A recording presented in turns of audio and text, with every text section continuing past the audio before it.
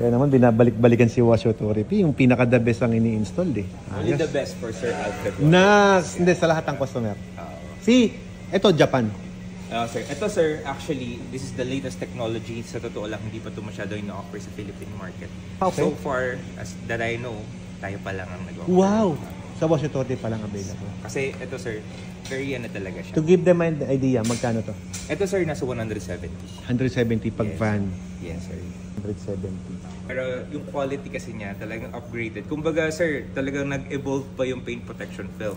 Ito yung latest evolution. Anong promo code para may discount sa 170? Siyempre Alfred. Ayan guys, pwede kayo yung Alphard, pwede yung pa PPF sa Wash Authority at the price of for only 170,000. Yung pinakamahal na PPF na ikakabit sa inyo, hindi daw nag-yellow at may lifetime service warranty, di ba? Ayan guys, ayan.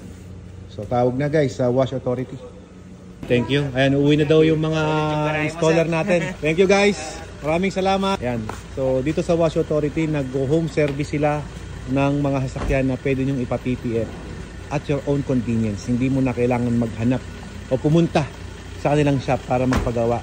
Boss? Yes po. So mga client po natin na taga Isabela, taga Igaraw, Pangasinan, Baguio, yan, Ilocos po. Mas maganda tumawag na lang, mas practical, no? Magkano ang service charge pagka ganun? Depende po sa location po. Depende sa location. Pero usually, ano lang naman po, gas and ano lang. Gas lang.